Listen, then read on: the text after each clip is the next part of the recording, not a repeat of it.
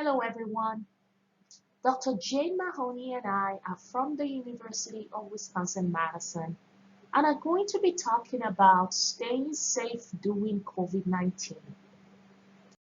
I am Dr. Olayinka Shiyanbola and I am an associate professor at the University of Wisconsin-Madison School of Pharmacy. Today I'm going to be talking about how COVID-19 affects people with diabetes. We know that people with diabetes are more likely to get worse COVID-19. Now, the problem that they face is worse effects from the virus, not a greater chance of getting the virus. There is a higher possibility of having death and complications from COVID-19 for people who have diabetes than for people without diabetes.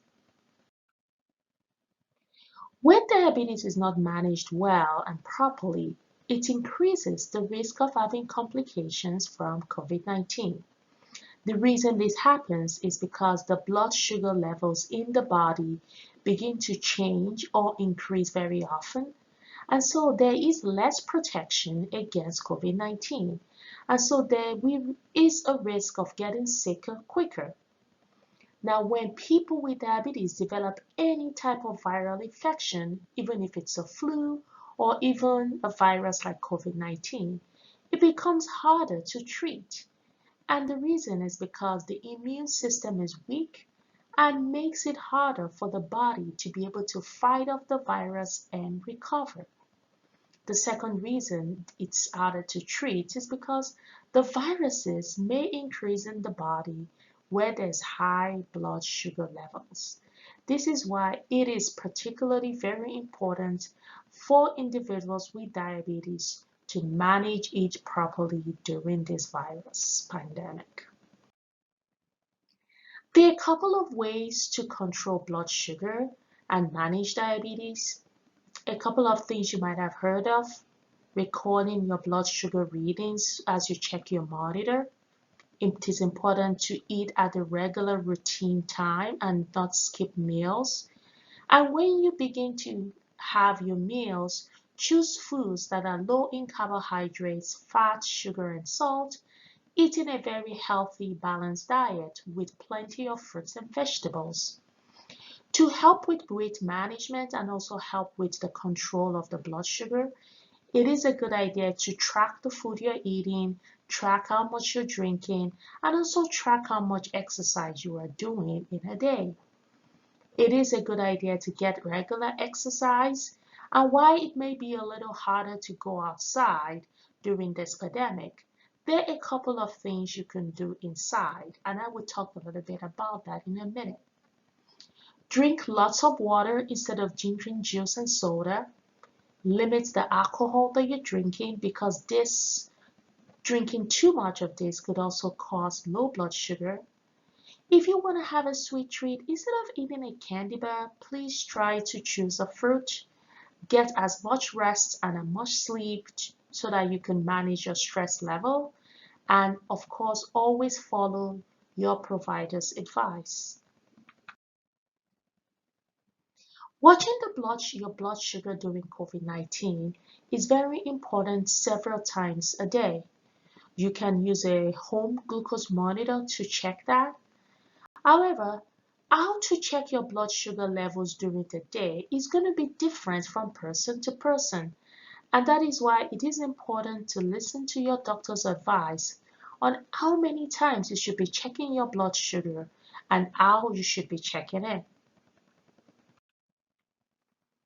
Now, I talked about getting some type of exercise during COVID-19. You can go outside.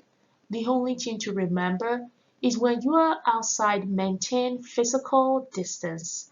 Stay 6 feet away from people who don't live with you. You can take a walk around the neighborhood, walking outside, taking a walk around the block. You can ride a bike, or you can walk your dog. Other things that you can do inside, you can try doing yoga or meditation. If you have stairs or steps around you, try going up and down the stairs. The most important thing is to try moving for at least 20 minutes 3 times a day. Greetings. I'm Dr. Jane Mahoney, Professor of Medicine and Geriatrics at the University of Wisconsin-Madison, and I'll be talking with you today about staying safe during COVID-19. Let's start with staying safe inside your house. You want your house to be clean and virus-free as much as possible. Let's start with the facts and understanding how the virus works. It travels through the air, mostly in droplets that come from people's mouths, like droplets of mucus or phlegm, or even just droplets of saliva.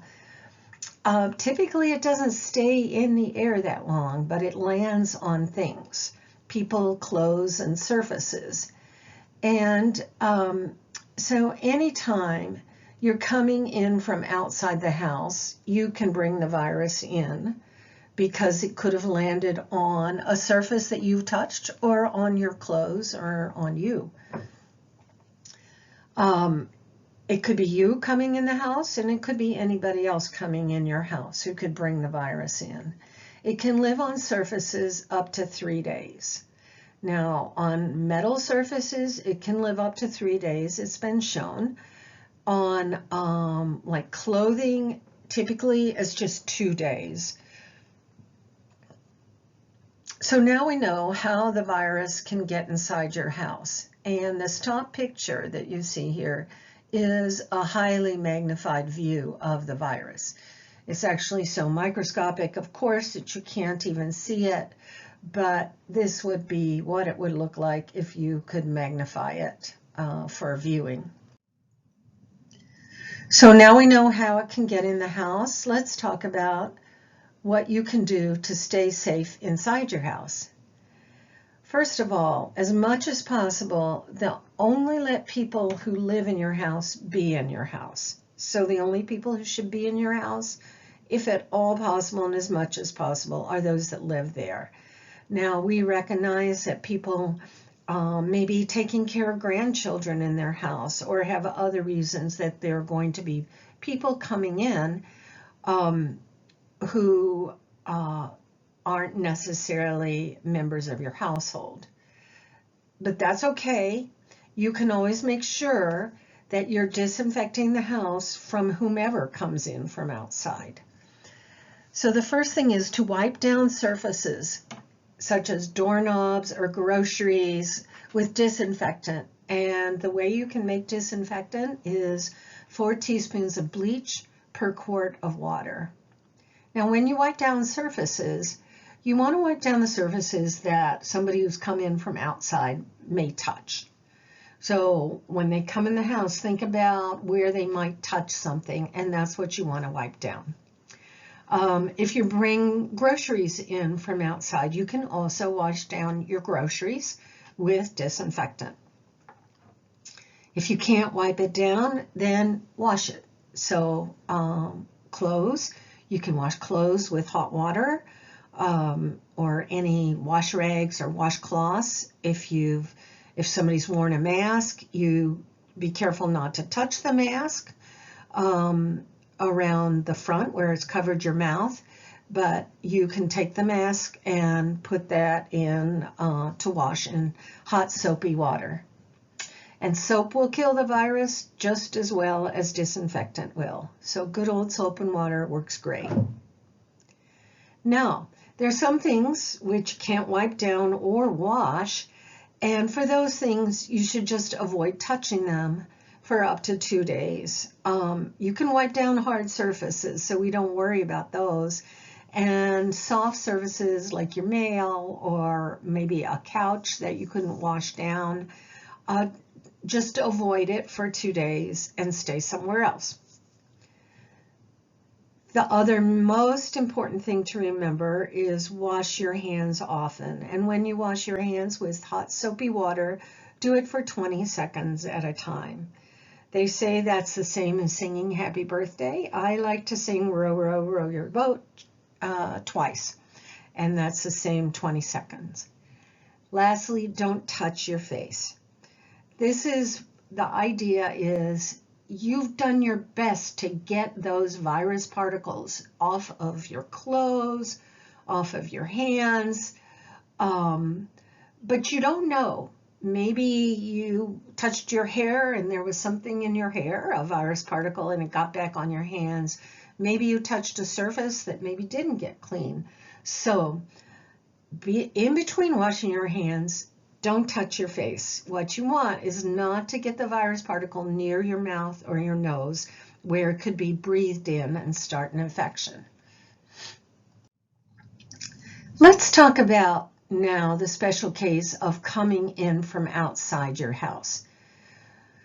So if you've been outside your house, whether you've had to go to a clinic, whether you've had to go to work, or go to pick up your kids from your parents' house, when you get home, you have to think first thing, there might be some virus on my clothes or on me. So the first thing is to leave your shoes at the door. And you can wipe down your shoes later, or just put those shoes aside, don't touch them for 2 days, and then you can wear them on the 3rd day.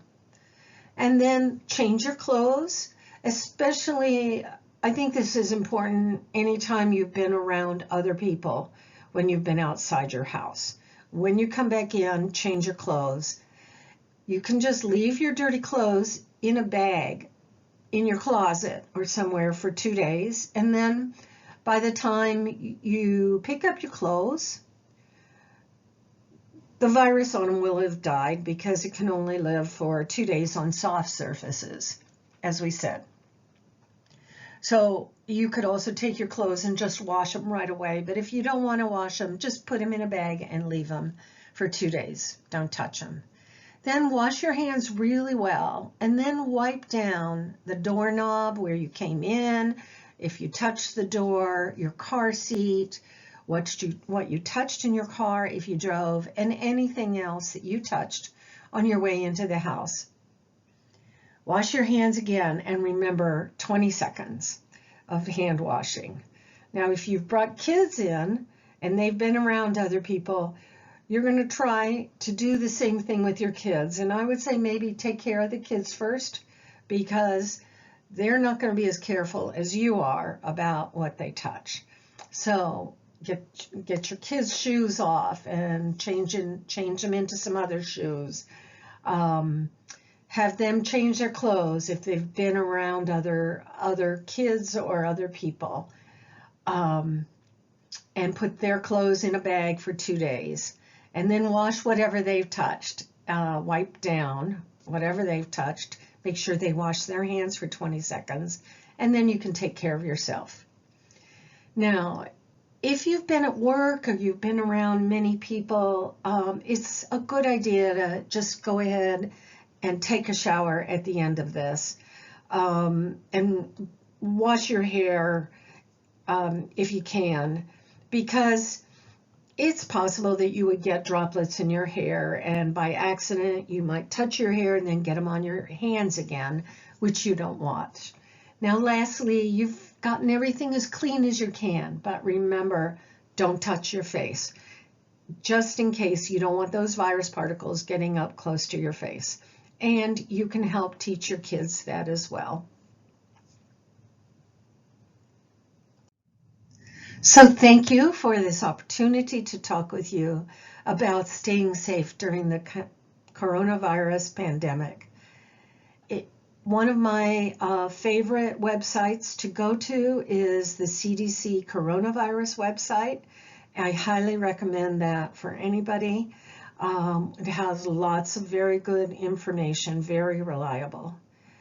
So stay safe, be well, and keep others around you well.